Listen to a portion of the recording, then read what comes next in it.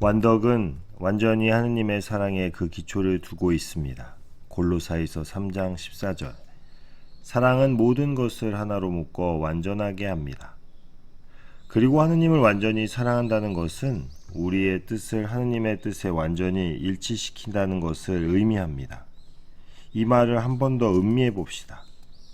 사랑의 근본적인 효과는 서로 사랑하는 두 사람의 뜻을 하나가 되게 만듭니다. 우리가 우리의 뜻을 하느님의 뜻에 맞추면 맞출수록 그만큼 하느님을 사랑한다고 말할 수 있을 것입니다. 고행, 열심한 기도, 자주 하는 영성체, 형제적인 자선행위 등은 하느님을 기쁘게 하는 것이 틀림없습니다. 그러나 이런 신심행위는 다만 하느님의 뜻에 맞을 때에 한해서 하느님을 기쁘게 해드리는 것입니다.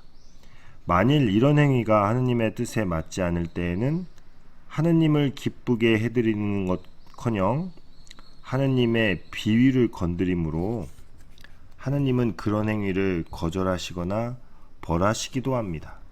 예를 들어 봅시다. 어떤 사람에게 두 사람의 하인이 있다고 합시다. 한 사람은 하루 종일 쉬지 않고 열심히 일합니다. 그러나 그가 하는 일을 보면 자기 방식대로 일을 해 나갑니다.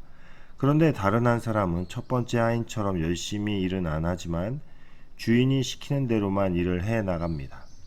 이 두 사람 중에 누가 주인의 눈에 들까요? 두 번째 하인이 주인의 눈에 들고 첫 번째 하인은 주인의 미움을 받을 것이 분명합니다. 그런데 이런 예를 가지고 어떤 사람은 다음과 같이 반발할지도 모릅니다. 만일에 우리가 행하는 수덕 행위가 하느님을 기쁘게 해드리지 않는다면 도대체 무엇을 해야만 하느님께 영광이 된단 말입니까?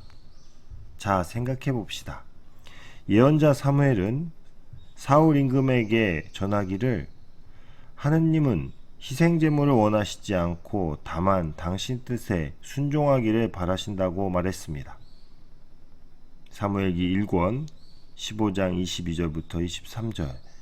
주님께서 당신의 말씀을 따르는 것보다 번제나 친교제를 바치는 것을 더 기뻐하실 것 같소?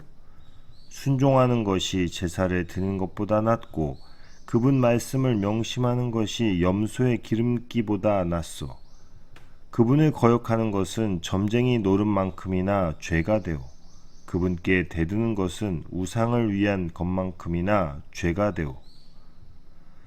하느님의 뜻과 동떨어져서 자기 뜻을 쫓는 사람은 우상을 숭배하는 것과 같은 죄를 짓는 것입니다. 왜냐하면 그는 어떤 의미로 하느님의 뜻을 숭배하는 대신 자신의 뜻을 숭배하는 것이기 때문입니다.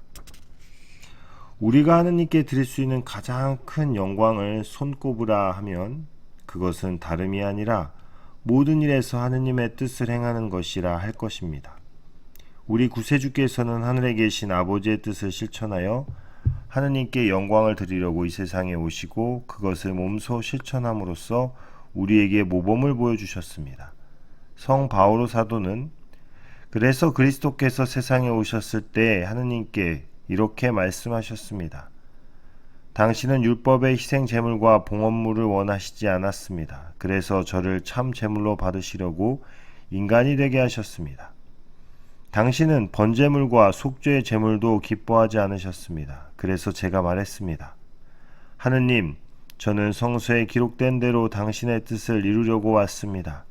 당신은 사람이 바치는 제물은 거절하시고 대신 나의 몸을 희생 제물로 바치기를 바라십니다. 오, 나는 이제 당신의 뜻을 쫓겠습니다. 라고 말했습니다. 우리 주님께서는 자기의 뜻을 실천하기 위해서가 아니라 오로지 하늘에 계신 아버지의 뜻을 실천하기 위하여 이 세상에 왔노라고 자주 강조하셨습니다. 요한복음 6장 38절에서 나는 내 뜻을 이루려고 하늘에서 내려온 것이 아니라 나를 보내신 분의 뜻을 이루려고 왔다. 그분은 같은 맥락에서 겟세마니 동산에서도 당신을 잡아 죽음으로써 몰고 갈 원수들을 만나기 위해 나서시면서 다음과 같이 말씀하셨습니다. 요한복음 14장 31절. 나는 아버지를 사랑하고 아버지께서 분부하신 대로 실천한다는 것을 세상에 알려야겠다. 자, 일어나 가자. 또 주님은 누구든지 하느님의 뜻을 실천하는 사람을 형제라고 부르겠다고 말씀하셨습니다. 마태복음 12장 50절.